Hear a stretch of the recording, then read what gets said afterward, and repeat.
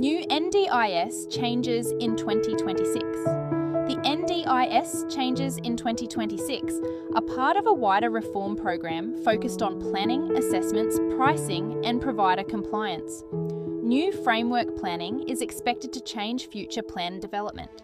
Support needs assessments will play a bigger role. The I-CAN tool will help assess disability support needs. Provider compliance, safeguarding and payment integrity are increasing. Pricing updates will continue through NDIS pricing arrangements and price limits. When will the NDIS changes start? The NDIS changes will roll out in stages, with different reform dates for planning, provider registration and children's supports. New framework planning is now expected to begin from 1st April 2027, 1st July 2026. Mandatory registration begins for SIL and platform providers.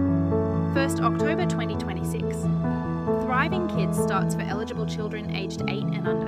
1st January 2028. Thriving Kids is expected to be fully rolled out. Current NDIS plans continue under existing rules for now. What is the NDIS new way of planning? The new way of NDIS planning is a future process designed to understand participants' support needs more consistently. Participants will complete a support needs assessment with a trained assessor. The assessment will help inform future plan budgets. The process aims to reduce reliance on costly external reports. Planning may focus more on daily support needs. The goal is fairer, clearer, and more consistent budget decisions. What could change for participants? Participants may experience a more structured planning conversation with stronger focus on everyday support needs. Planning may look more closely at daily living needs. Participants may be asked about risks without support. Informal supports may be considered more clearly. Future budgets may be shaped by assessment information. Core NDIS principles such as choice, control and review rights should still matter. What is the NDIS support needs assessment? A support needs assessment is expected to become a key part of future NDIS planning. It looks at what support a participant needs in daily life. It may cover personal care, communication, mobility and decision making. Behaviour support, informal support and safety risks may also be considered. The assessment will help build future plan budgets.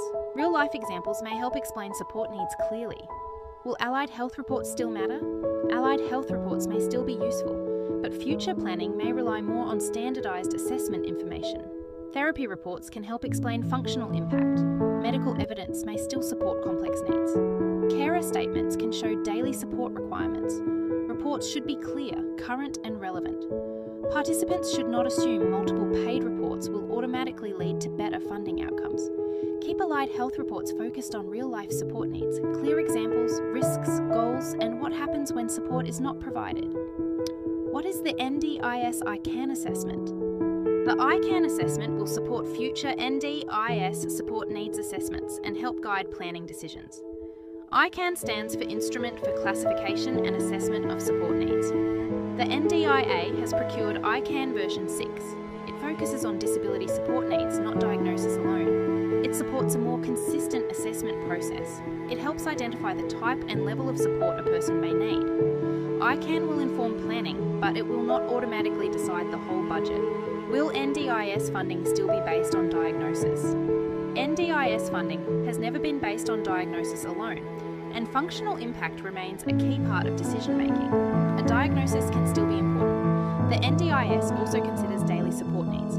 Functional impact may include communication, mobility and self-care. Two people with the same diagnosis may need different supports. Future planning is expected to focus strongly on real-life support needs. Will autism still qualify for the NDIS in 2026? Autism may still be relevant to NDIS access, but eligibility depends on each person's circumstances and support needs. A diagnosis alone may not explain daily impact. Functional capacity and support needs are important.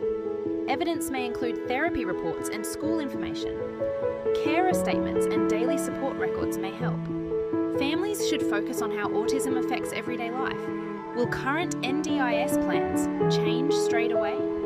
Current NDIS plans are not expected to change immediately because of the new framework planning reforms. New framework planning has been delayed until 1st April 2027. Participants should keep using current plans appropriately. Existing NDIS rules still apply. Service agreements should remain updated. Participants can still report changes in circumstances or request reassessments under current processes. Keep using your current NDIS plan under existing rules and update your records if your support needs or circumstances change. What do the changes mean for NDIS providers? The 2026 reforms place stronger attention on provider compliance, safeguarding and payment integrity. Providers may face stronger documentation expectations. Accurate claims and clear records will matter more. Participant consent should be clearly recorded. Service delivery must align with NDIS rules. Providers should review registration, invoices, service agreements, incident processes, and advertising claims. How participants, families, and providers can prepare. 2026 is a good time for participants, families, and providers to prepare for future NDIS changes. Participants should keep clear records of daily support needs. Families can document risks, goals, and what happens without support. Useful documents include plans, service agreements, reports, and progress notes. Providers should review pricing, claiming, and service records. Staff training, consent records, and safeguarding processes should stay updated. For support coordinators and plan managers. Support coordinators and plan managers may play an important role during the NDIS reform transition period. Participants may need help understanding official updates. Support coordinators can help explain evidence and planning preparation. Plan managers can help track budgets and price limits. Both roles may support better service agreement understanding. Accurate invoices and transparent records will become increasingly important. The bottom line on NDIS changes.